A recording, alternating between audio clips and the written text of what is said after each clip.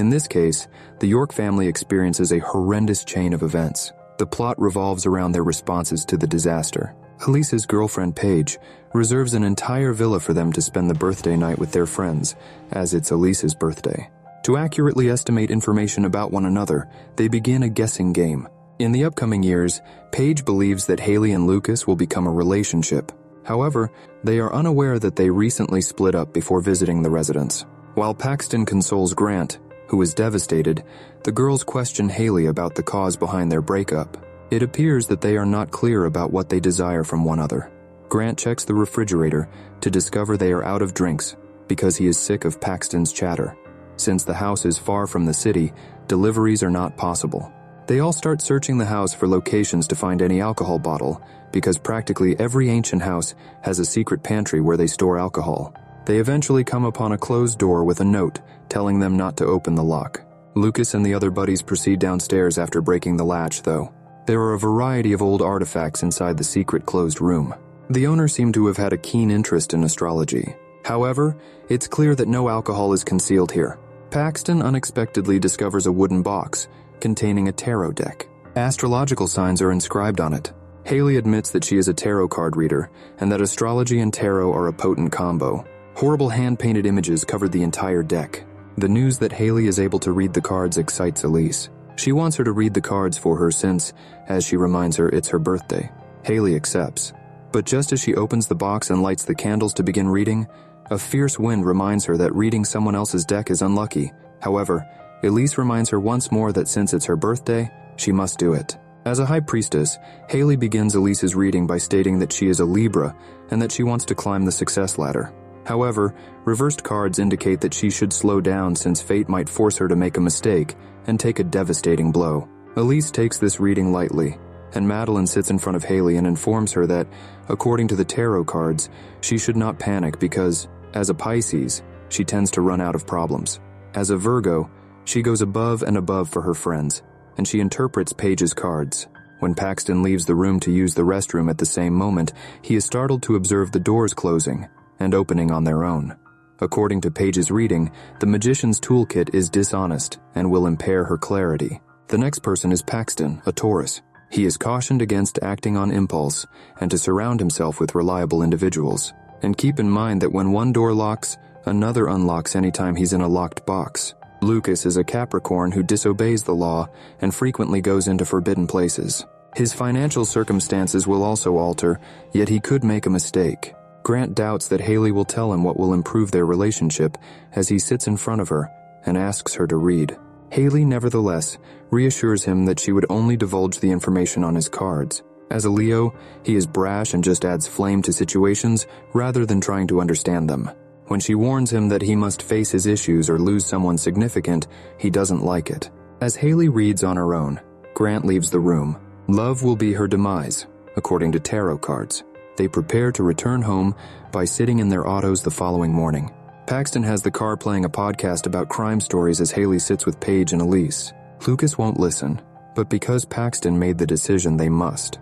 When Lucas bangs on the car to announce that he just won $700, they are completely engrossed in the narrative and stop at a gas station.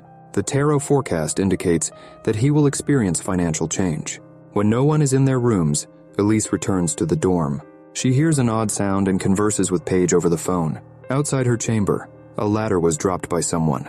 She shuts the aperture and puts the ladder back because she can't see anyone. Elise is talking to Paige when she hears something outside the room.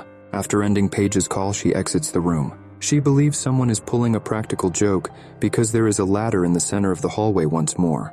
As she ascends the ladder, she finds herself alone. She suddenly becomes afraid when she notices a shadow move by. Simultaneously, the storeroom is illuminated by numerous candles, and she recalls that her tarot card advised her to use caution when ascending tall ladders, as they may result in a crushing impact. She plummets down the ladder without warning, and someone pulls her back down just below it. She eventually perishes as the horrifying thing repeatedly descends the ladder on her body. Since Paige was on call with Elise the entire night, she finds it hard to believe that Elise died. When everyone else departs, Haley chooses to stay with Paige to support her during her grieving. Paige falls asleep, and Haley sobs as she looks at her most recent photos. However, Lucas accompanies Madeline home, and since she knows he likes her, she gives him a hug before going inside. As Paige awakens from her horrifying experience, Lucas begins to make his way towards his house.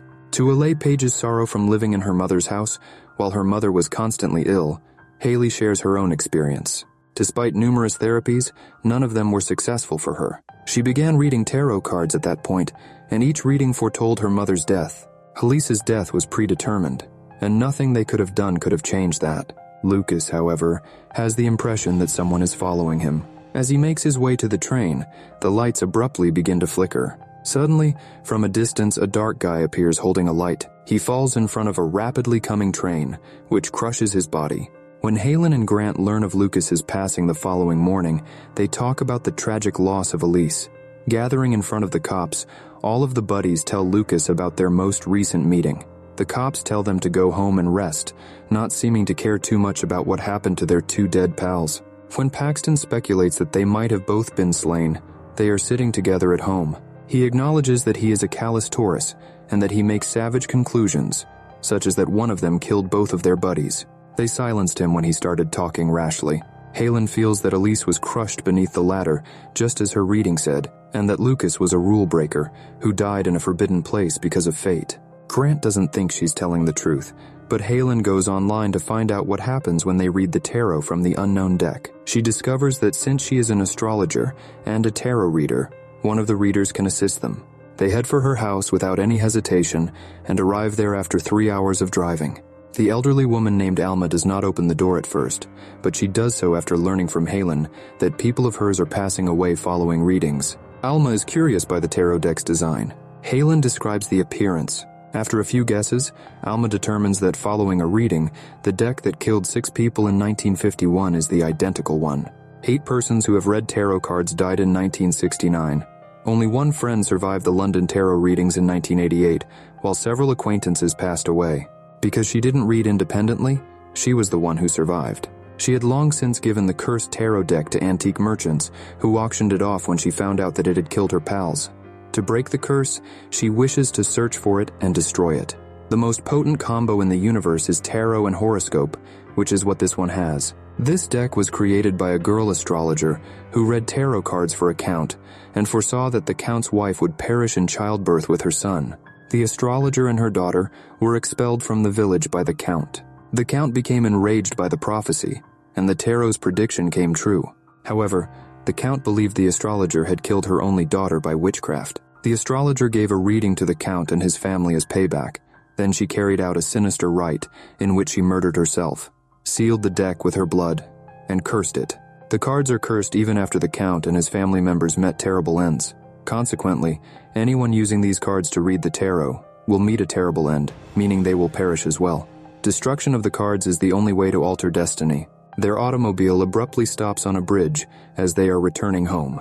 After watching Madeline's phone tarot reading video, they decide that she shouldn't try to flee the situation like a Pisces does because there will soon be water under the bridges. She begins to run on the bridge, terrified that she may die, and Halen follows to stop her. Abruptly, a bizarre beast smashes through the automobile glass with a boom. A noose tightens around Madeline's neck as a result of a rope that was tied on the top of the bridge, falling directly on her neck. She passes away because she is unable to escape it.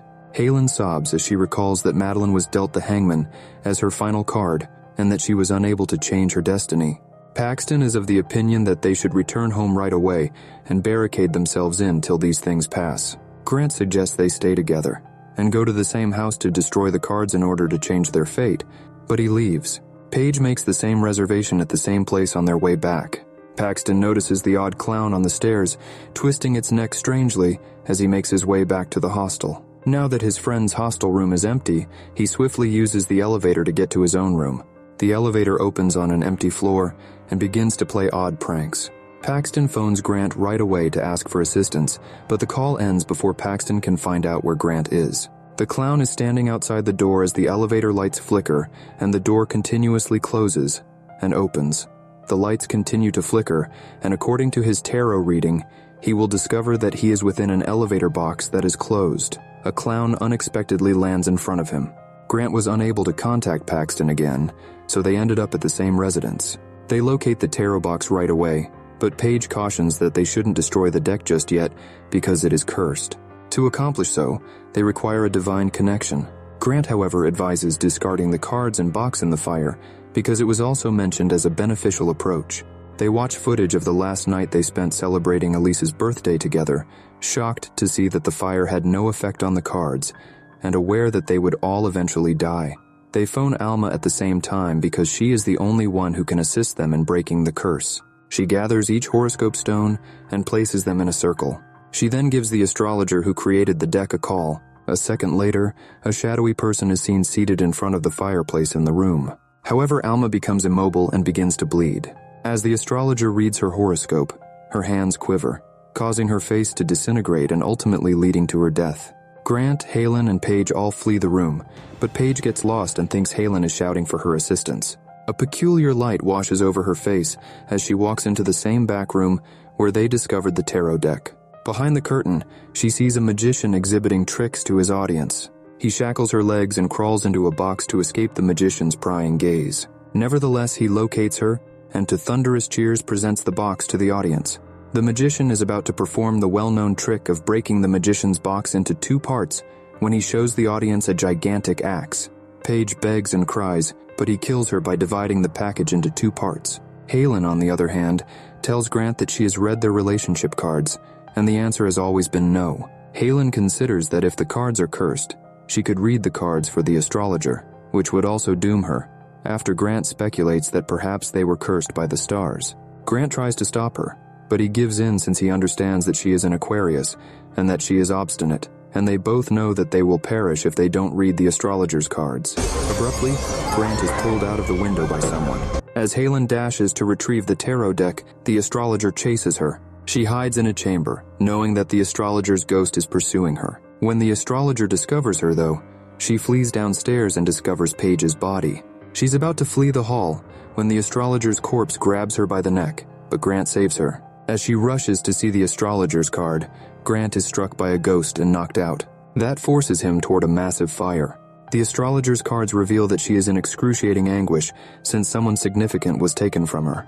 She must move forward from the past. The astrologer takes her by the neck, and the card representing the astrologer's final outcome is death, which could mean either death or the start of something new. The astrologer's body then begins to burn and escapes Halen's hand, as Halen witnesses her mother's hand in hers, on her deathbed. In the process of walking home with Halen, the astrologer passes away. However, they notice a car approaching, and Paxton gets out of it. He explains to them that he never left the elevator, and that his life was spared when his companions eventually dragged him outside.